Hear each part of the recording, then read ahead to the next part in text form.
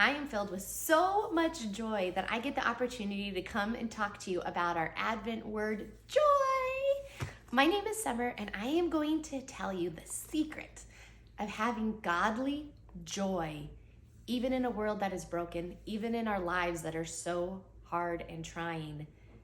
You can still have godly joy in your heart. Are you ready? The secret is in one of the most beautiful Christmas songs. Joy to the world, the Lord has come, and let every heart prepare him room. That's it. That is the secret to joy.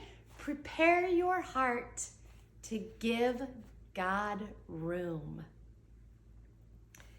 If our hearts are full of so much anger and frustration all the time, have we prepared room for God and his love and joy? Probably not. So how do we make him room? With love and thankfulness.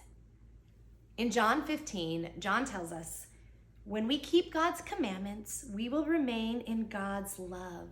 He goes on to say, I tell you, keep his commandments so you will be filled with God's joy. Yes, your joy will overflow. And this is the commandment he's talking about. Love each other the way God loves you. Whoa, so to have an overwhelming joy, we must love one another the way God loves us?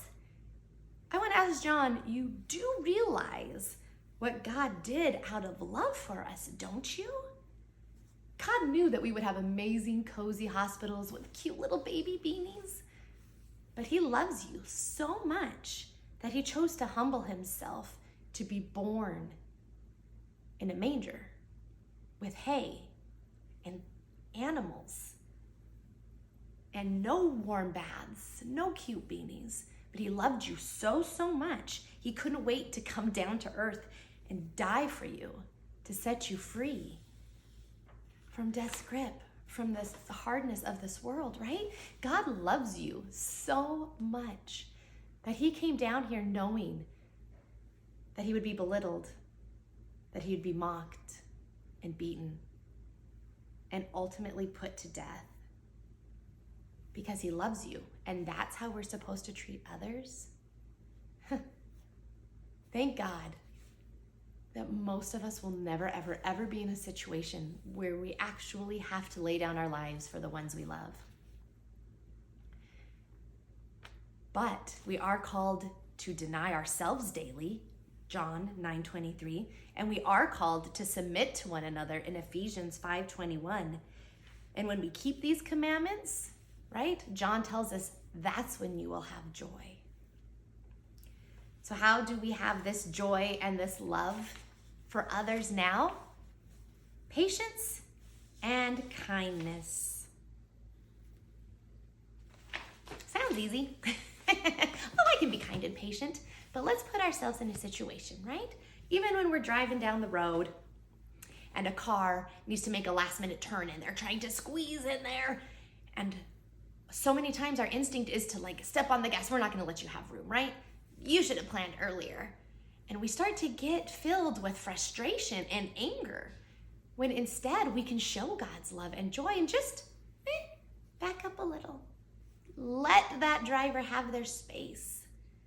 See how you feel. Try it for a week and see if your heart gives a little more room for love and joy, and the anger and the frustration and the stress gives way just a little bit more. Sometimes loving others and sacrificing ourselves and all of those things, that's a huge first step. When we have been so broken and hurt, there isn't really quite room yet for all that love. So do you know a way to start making that room, to start preparing that room? Gratitude.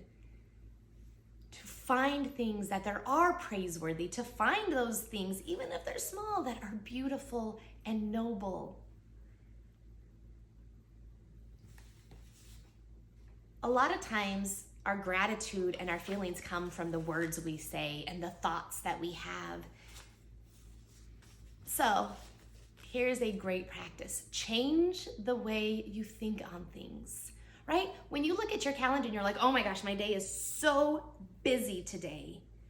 Try and think, wow, my life is really full today, right? Or when you're stuck in your car in a drive line or in traffic, instead of being like, oh my gosh, I don't have time for this. I have this and this and this. And you sit there and the worry and the anxiety and the frustration build and build. That's not making room in our heart. To make that room, let's find the beauty in that moment. Let's be like, God, thank you for this, right? God, you have given me no other options. I can't drive anywhere. I have no other distractions. God, I get this moment to sit with you, to talk with you, and to praise you. God, thank you for giving me this quiet time with you. Is it easy to change our mindset? Nope. Are we called to do it anyways? Yup. Not only are we told to control our thoughts, at least they give us things that we are to think about, right? In Ephesians 4:8, they tell us, here are things to think about instead of the bad. Think on things that are true, things that are noble, pure, lovely. Find things that are excellent and praiseworthy. These are what we dwell on, and these are the things that prepare him room. So during this full season, not calling it our busy season, but during this full season of rejoicing and praising and celebration, remember to guard your heart, guard your mind, and guard your thoughts. When you are driving around town, getting all your things done, blare that worship music, belt it for all to hear, right? Because when you are dwelling on the things that are amazing, on God's love for you, on how he made you exactly how you're supposed to be, that he loves you, every inch of you, there is less room for the frustration and the anger to seep in. Focus on God's love. And when we do, our hearts will be so full of love and gratitude of what God has done. We will prepare more room in there than we have ever felt before. We will prepare room for an unworldly, unending, overwhelming God who has brought joy to the world.